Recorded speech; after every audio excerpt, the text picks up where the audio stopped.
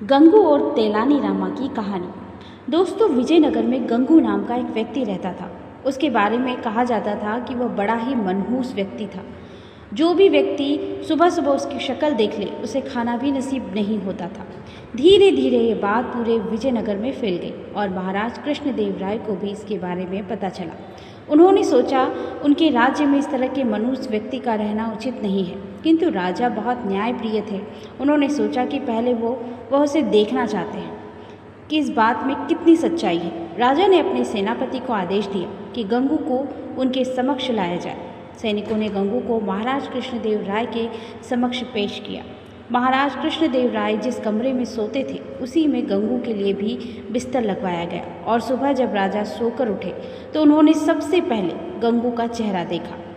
कुछ देर बाद अचानक कार्य आ जाने के कारण राजा को राजमहल से बाहर जाना पड़ा और उस दिन वो इतने व्यस्त रहे कि उन्हें खाना भी नसीब नहीं हुआ। राजा कृष्णदेव राय को यकीन हो गया कि यह सब गंगू का चेहरा देखने के कारण हुआ है।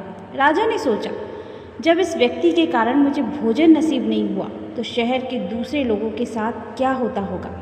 गुस्से में राजा कृष्णदेव राय ने गंगू को फांसी पर लटकाने का आदेश दिया। यह बात पूरे राज्य में फैल गई।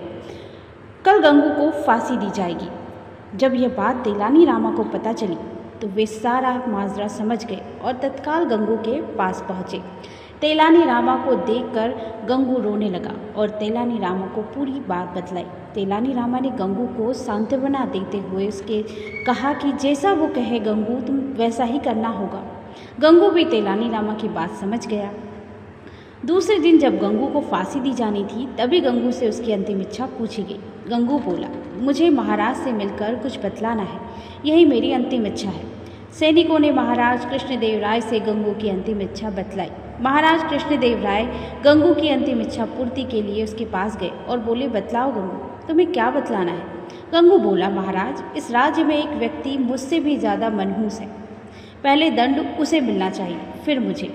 महाराज कृष्णदेव राय ने बड़े आश्चर्य से गंगू से पूछा, गंगू बतलाओ, वह मनहूस व्यक्ति कौन है। गंगू बोला, महाराज, वह मनहूस व्यक्ति और कोई नहीं बल्कि राज्य का राजा अर्थात आप हैं। यह सुनकर महाराज कृष्णदेव राय अत्यधिक क्रोधित हो गए और बोले, जानते हो गंगू, तुम क्या बोल रहे हो, इसके बदले तुम्हें दंड भी मिल सकता है। गंगू बोला, महाराज, मृत्यु दंड से बड़ा और क्या दंड हो सकता है।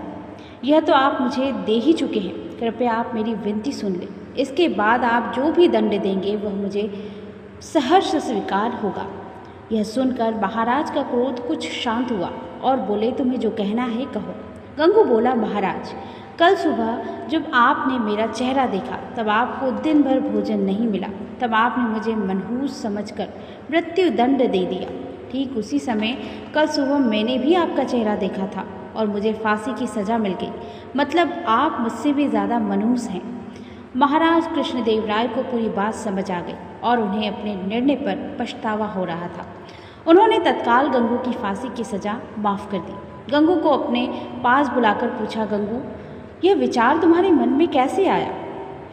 गंगू बोला, महाराज, मुझे तेलानी रामा ने यह सब करने की सलाह दी थी।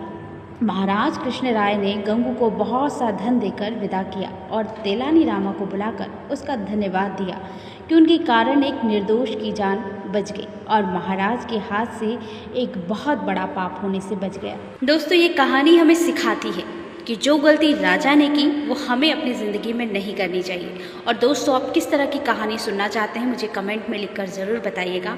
और चैनल पर नए हो तो चैनल को सब्सक्राइब करके बेल आइकन को ज़रूर प्रेस कर ले ताकि रोज़ आने वाली वीडियोज़ आप तक टाइम पर पहुंच जाए। मिलती हूँ नेक्स्ट वीडियो में, तब तक के लिए बाय बाय, नमस्कार।